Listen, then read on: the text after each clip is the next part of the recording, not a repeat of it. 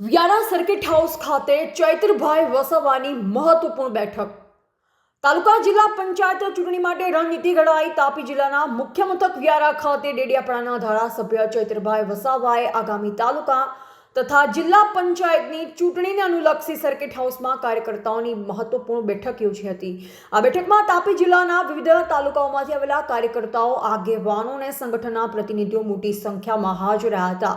બેઠક દરમિયાન ચૈત્રભાઈ વસાવાએ સંગઠનની મજબૂતી, મતદારો સુધી પહોંચવાની વ્યૂહરચના અને વિકાસના મુદ્દાઓને કેન્દ્રમાં રાખી ચૂંટણી લડવાની દિશામાં વિસ્તૃત માર્ગદર્શન આપ્યું હતું. તેમણે જણાવ્યું કે આવતી તાલુકા અને જિલ્લા પંચાયતની ચૂંટણીમાં જનતા સુધી અમારી નીતિઓ અને વિકાસના કાર્યો પહોંચાડવા માટે દરેક કાર્યકર્તાની ભૂમિકા મહત્વની રહેશે.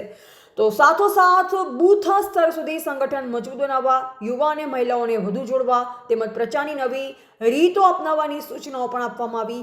બેઠક દરમિયાન આવનાર દિવસોમાં ગામે ગામ સંપર્ક અભિયાન, સભાઓ અને લોકમુખી મુદ્દાઓના આધારે ચૂંટણી લડવાની રણનીતિ તૈયાર કરવામાં આવી.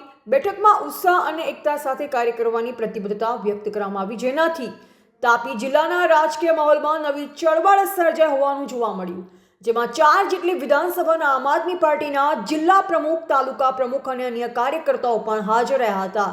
વ્યારા જિલ્લાની તમામ વિધાનસભાના કાર્યકરો સાથે અમે 1-to-1 બેઠકો કરી છે.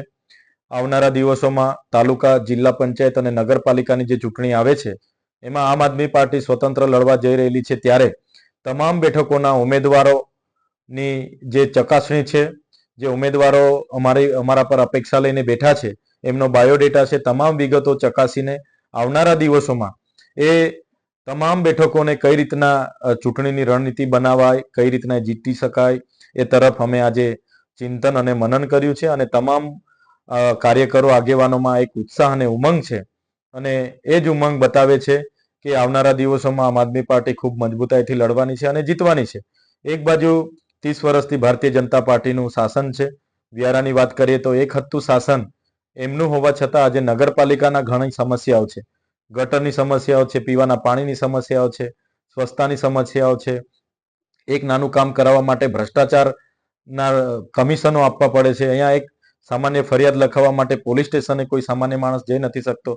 એવો એક આખો ભયનો માહોલ ઉભો થયો છે. ત્યારે જનતા એક પરિવર્તન ઈચ્છે છે, અને પરિવર્તનમાં આજે આમ આદમી પાર્ટી મજબૂત વિપક્ષ તરીકેની ભૂમિકામાં છે. એટલે ચોક્કસપણે અમે માનીએ છીએ આવનારી તાલુકા, જિલ્લા પંચાયતોમાં આમ આદમી પાર્ટી ખૂબ સારી રીતે લડશે અને આ વિસ્તારોમાં પોતાની બહુમતીથી, પૂર્ણ બહુમતીથી પોતાની બોડી બનાવશે અને લોકોની સેવા કરશે એવી અમને ખાતરી છે. અને લોકો પર પણ અમને અપેક્ષા છે કે જે પ્રકારે લોકોનો અભિપ્રાય અમને મળે છે, સહકાર અમને મળે છે, તો આવનારા દિવસોમાં એ જ પ્રકારે લોકોના આશીર્વાદ મતદાન રૂપી મળશે અને આમ આદમી પાર્ટી જીતશે એવી અમને આશા અને અપેક્ષા પણ છે.